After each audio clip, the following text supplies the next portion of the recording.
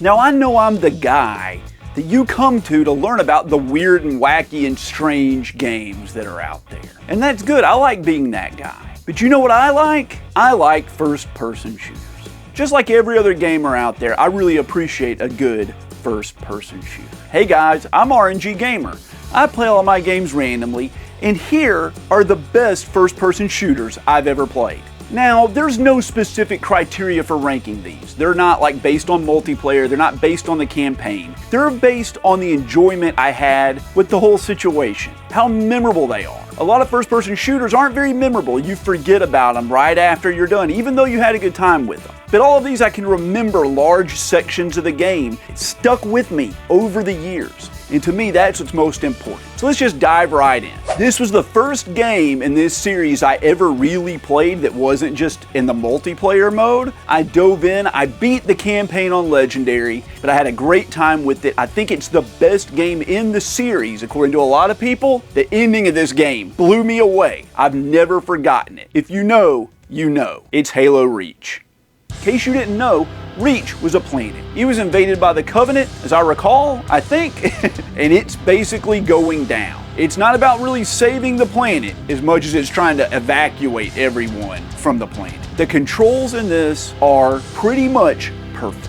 They feel great. The level design is memorable and spectacular. The guns have a lot of heft behind them, and that's kind of unusual for Halo games. A lot of times in the Halo games, the guns feel a little pea-shootery to me. Maybe it's because Master Chief is so big and hulking there isn't a lot of recoil. It doesn't feel that way in Reach, okay? You're an underdog, and I love that about it. Now, I've always considered Halo to be, for an M-rated game, a little, what's the word? Not like childish in terms of its difficulty, but childish in terms of its aesthetic. The Covenant, to me, are very silly. They feel silly. It's like a Saturday morning cartoon, and I've said that before, but I feel like that's an accurate representation of what Halo is, as cool as the game is. It doesn't feel that way in Reach. For some reason, Reach actually feels like a real M-rated Halo game. I think it's the desperation that gives so much gravitas to the game. I loved my time with this game. The second I finished it, I went through and I played it again. I said I beat it on Legendary. I didn't do, what is it, Lasso? Legendary all skulls on? Maybe someday I can get somebody to run through it with me doing that. That might be fun. You feel the desperation for real then. Up next is a game that's a little older. It's highly influential. It was the first game I ever saw on the Xbox 360, and this is coming from a guy who had just spent the last several years doing nothing but playing World of Warcraft and like retro games, so it blew my mind. The opening section of this game is still one of the best I've ever seen in any game, for realsies, and it's Bioshock. I would argue that Bioshock's world is one of the most unique settings in any video game I've ever played. I can't think of any that's better. An underwater, Ayn Rand-style utopia that's completely capitalist-based.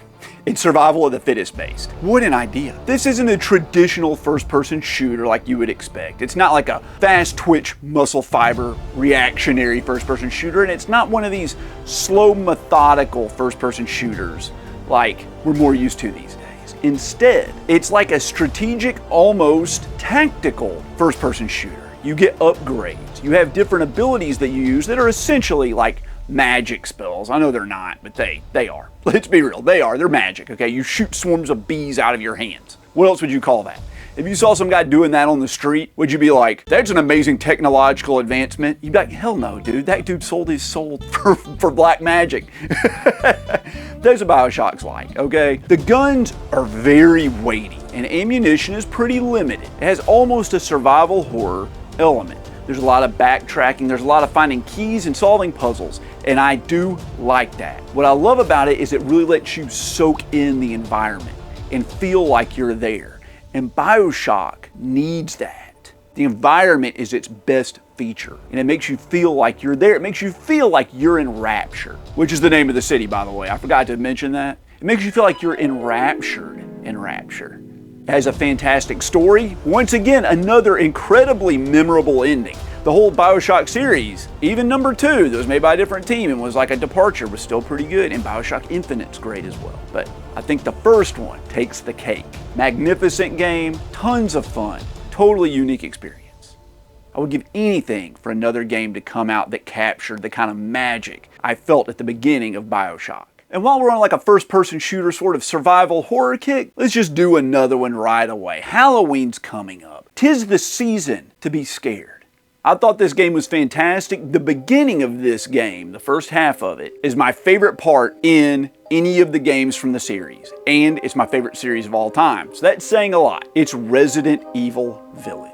Now the reason this game succeeds, I think, is the same reason Bioshock does. See, Resident Evil Village takes place in a, guess it, village, right? It's the hub world for 4 other areas. The first 2 of which are just unbelievable. Lady Dimitrescu's castle, which is like a survival horror puzzle nightmare area, which is incredible, palpable in its atmosphere. And the second area is like an escape room. Amazing. After that, the game drops off a little bit. But those 2 areas in that village, the setting is so detailed and well put together and well thought out and just generally intriguing that it's impossible to move on from it and not compare everything you play afterwards directly to it. You feel super underpowered and you feel that fear you're supposed to have in a survival horror game. And I love that. I love it. Once again, you have to backtrack to find all the items you missed, to find the key you need to unlock that drawer that has the item in it that you need.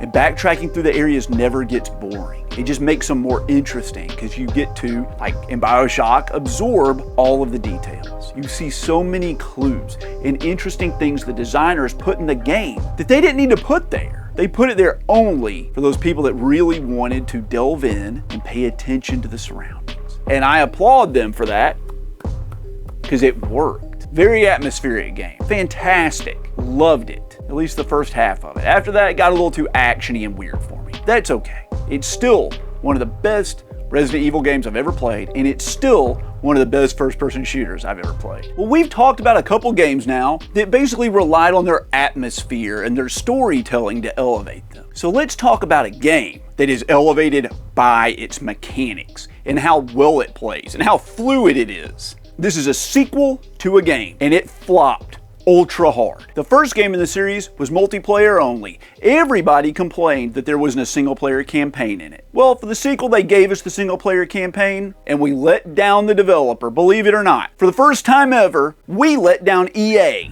and it wasn't the other way around. It's Titanfall 2. I would say the gameplay in Titanfall 2 is the best of any first-person shooter I've ever played.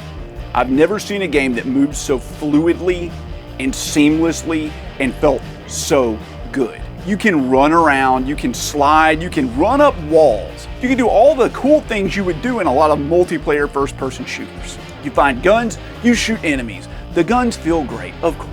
But what sets this game apart is you can climb into a Titan, which is basically a giant robot. Now, when this happens, of course the game's gonna slow down. You're in a big hulking robot. But the difference is, it's just as fun. The robot moves in a way that gives it a lot of heft and bounciness, but somehow you still feel agile. You don't feel like you're being handicapped by being in the giant robot. You feel empowered, and not like in a rail shooter sort of sense where you're sitting on a freaking turret just blasting away. No, you actually have to play the sections when you're in the Titan the way you would if you were out of the Titan. You have to be careful. You have to be aware of your surroundings, but it's so much fun. And the Titan has a personality. It's your companion. You and the Titan are buddies in this game. I can't think of a game that ever did that. You care about this big robot, and the robot seemingly seems to care about you. It's a great story with fantastic vertical environments, with lots of scaling things and jumping down off things and exploring, with some of the best controls I've ever seen. I think this is honestly the best mechanically first-person shooter I've ever played. For realsies. For realsies. I know I already said that. Let me drive this home. Because you can pick up this game for like free. I think I paid $5 for it brand new because it flopped so hard. I feel so bad that this isn't going to be a series because nobody played it. And if they had, they would know how great it was. And it really is magnificent. This next one's the oldest game on the list. It blew everybody's mind when it came out back in the early 90s. It still holds up today. they're still releasing it on new consoles because it's one of the best designed games of all time. It's Doom. And yes, I know the freaking 32X version is not the best version of the game, okay? But this is the best version I have in a box, all right? I can hold up the freaking Xbox 360 version of it. Here, hold on. Let me just hold up the Xbox 360 version. You want me to hold this one up and be like, I'm talking about that right there. I'm talking about that. You see how little that is? It's the size of my fingernail, okay? But the level design in Doom is what makes it so interesting. It's full of traps and tons of atmosphere for a game that's so old. And the secrets and just the creativity the designers had when making these levels blows my mind. To this day, even though I played through this game like a million times, I can't remember where every secret is, and I seem to find a new one every time I play through it. Yes, there's no vertical aiming. There's only left and right. But for a game that's limited on the technical side, they sure did a lot with this. And there's a lot of vertical elevation in the game. Your character just automatically hits everything on the vertical axis though, right? If something's above you and you aim straight ahead, you'll hit them.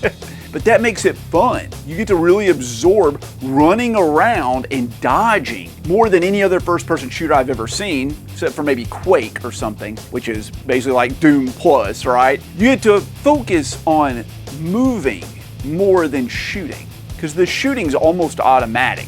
As long as you're just kind of in the vicinity of the enemy, you'll hit them. But it's all about that ammo conservation. It's all about the crazy enemies. It's all about the atmosphere. There's nothing quite like Doom. And if there was, it wouldn't have been ported to every single console and every other thing under the sun, including freaking graphing calculators and refrigerators and gas pumps and pregnancy tests. But yet here we are, over 30 years since it came out, and it's still getting released on new consoles. Can you name another game that's done that isn't on like just compilations, that's getting standalone releases, that are getting reviewed? I can't think of any other game. This game might have stood the test of time better than any other game in existence. Wow. That's amazing. This is probably the most famous first-person shooter of all time. I played it a ton online. I played the campaign multiple times. I beat it on the hardest difficulty. I think I got every achievement in the game. It's a classic. You probably know what it is. It's Call of Duty Modern Warfare 2. Now, I know people like to crap all over Call of Duty now, despite the fact that it's still immensely popular, like one of the most popular games of all time, every year, of all time, every year, all the time of every year. But it's still like in the top 10 best-selling games every year, I think. Now, I don't really play online multiplayer anymore because I don't have time to get good at it. YouTube is keeping me too busy, okay? I gotta get through these games so I can review them for you guys and keep making videos. I gotta keep the content flowing in, all right? But I've never played a campaign of any first-person shooter that is as memorable as this. Yes, there's that one section with the snipers in the first one that's like better than anything in Call of Duty Modern Warfare 2, I think. But overall, every section of Modern Warfare 2 is so freaking cool. The snowmobile stuff, in the snow, the chalet cabin, all that crap being in the freaking bathroom in the prison or whatever it is that was stolen from the movie The Rock, it doesn't matter. It was really cool to play a modern first-person shooter. And yes, I know Call of Duty Modern Warfare 1 came first, but I played this one before that one, okay? And I played them next to each other, and this one's better than that one. It just is, okay? The controls are better, the world design is better, the characters are more interesting, I think. But maybe it wasn't as impactful because it was the sequel, right? But you played it first, you know what I'm talking about. Magnificent game, still a lot of fun. They remade it, I haven't played it. I don't know that I'm gonna play it. This one's good enough. I don't wanna ruin those memories with a bunch of crap. Modern Warfare 2 is fantastic. It's still fantastic. Pick it up, play the campaign. You'll have a great time with it. It still handles really well. This next one's a little bit of a departure. It's not a traditional first-person shooter. It's a VR game.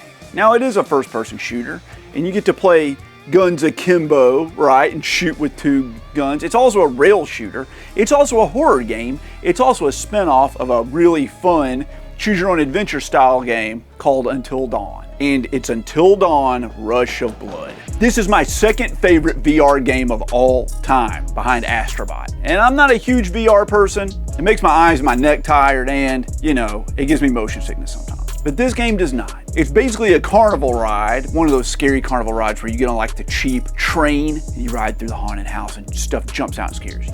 This is that, if that carnival ride was like 15 miles long. But you've got guns and you're shooting. It's a shooting gallery game and it is so cool.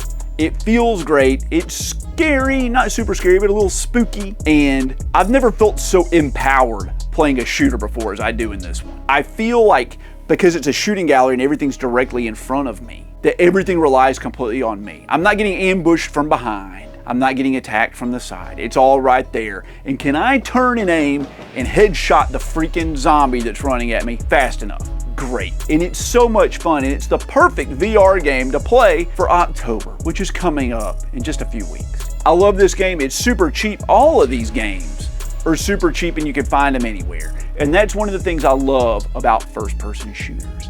Very, very rarely are they niche games. They're usually very popular. It is the most popular genre of game in the world, excluding battle royale games, gambling games, and phone games. Of like normal games, for real gamers, right? First-person shooters are the most popular. And usually the best ones kind of rise to the top, the exclusion of Titanfall 2, and you can get them really cheaply. So, if you're looking to have a good time and you don't want to break the bank, grab you a good first-person shooter. Play through the campaign. They usually only take a couple hours, and they're cathartic. They'll make you feel good. And then after that, you can go back to playing your waifu freaking visual novels, like we all do. We'll all go back to our weird, secret gaming lives after we frag some people in Call of Duty multiplayer. If you stuck around this long, I really appreciate it. Do that for me if I've earned it. Subscribe to the channel. Give me a like. It's the best way to help me with the YouTube algorithm. And leave a comment. I answer every one of them. If there's any games I forgot, put them in the comments down below. The messages you saw on the screen and the names you see right now are courtesy of my Patreon supporters and my channel members. They get access to my Discord, they get all the videos early, they get member exclusive videos, they get a whole bunch of benefits. And if you would like to get those benefits yourself, you can do it for as little as 99 cents by going down to the links in the description below. I appreciate each and every one of you. I couldn't do it without my channel members. You guys help so much. Every dollar goes right back into this channel. I appreciate you all for watching, and I'll catch you guys next week.